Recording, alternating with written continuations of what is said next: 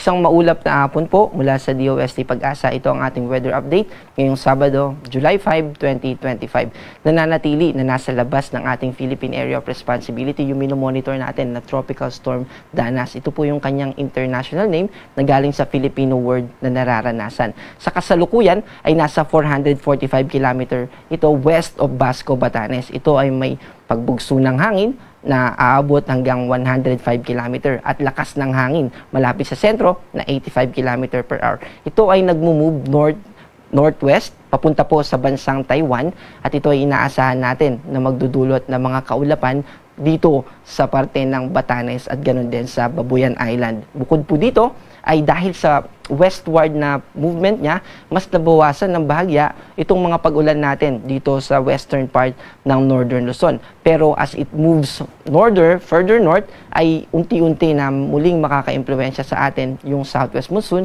na kung saan nagdadala ng maulap na kalangitan na may kasamang mga pag-ulan dito sa western part ng Luzon at ganoon din sa western part ng Visayas. Kahit po malayo na yung bagyo, hindi po ibig sabihin nito ay hindi na tayo makakaranas ng pag-ulan. Dahil yung hanging habagat po, nararanasan po natin ito taon-taon sa ganitong buwan mula July hanggang October.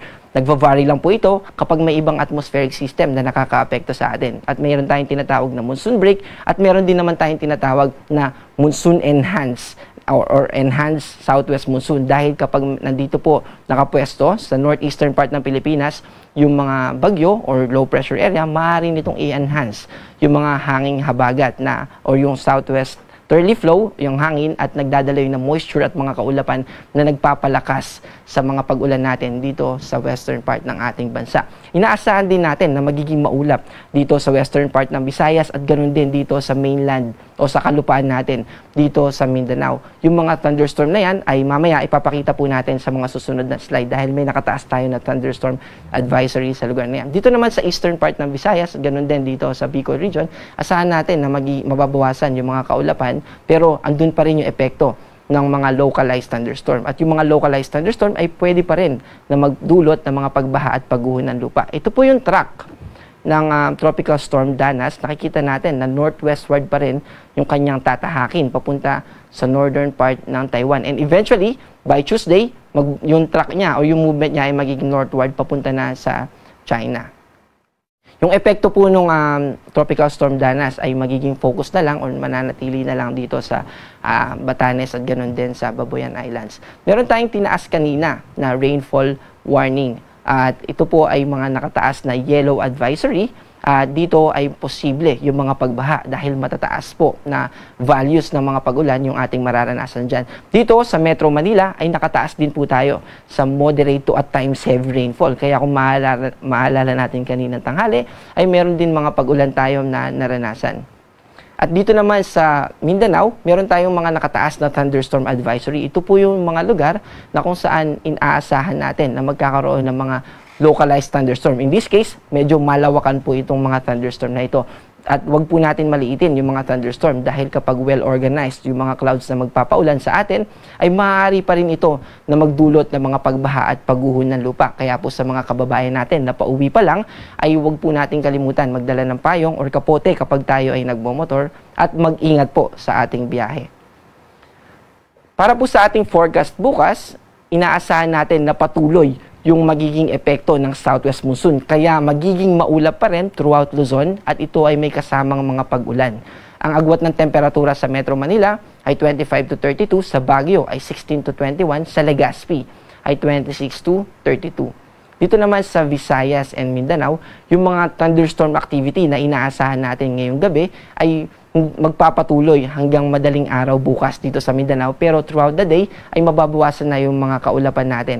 At yung mga pag-ulan na maaari nating maranasan ay dala ng mga localized thunderstorm. Also, dito sa western part ng Visayas, asahan natin na patuloy na magiging maulap ang ating kalangitan.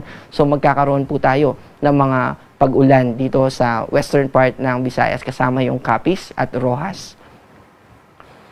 Kahit po may impluwensya itong southwest monsoon at ganun din si Tropical Storm Danas, ay wala po tayong nakataas na gale warning dahil hindi pa sapat yung taas ng mga alon na nakikita natin para magtaas ng gale warning. Pero gusto po natin pag-ingatan yung ating mga kababayan dito sa West Philippine Sea at ganoon din sa northern part ng ating bansa. Yung mga mangingisda po na may maliliit na sasakyang pandagat, iwasan po muna natin pumalawot dahil maaaring umabot ng 3 meters yung ating mga alon.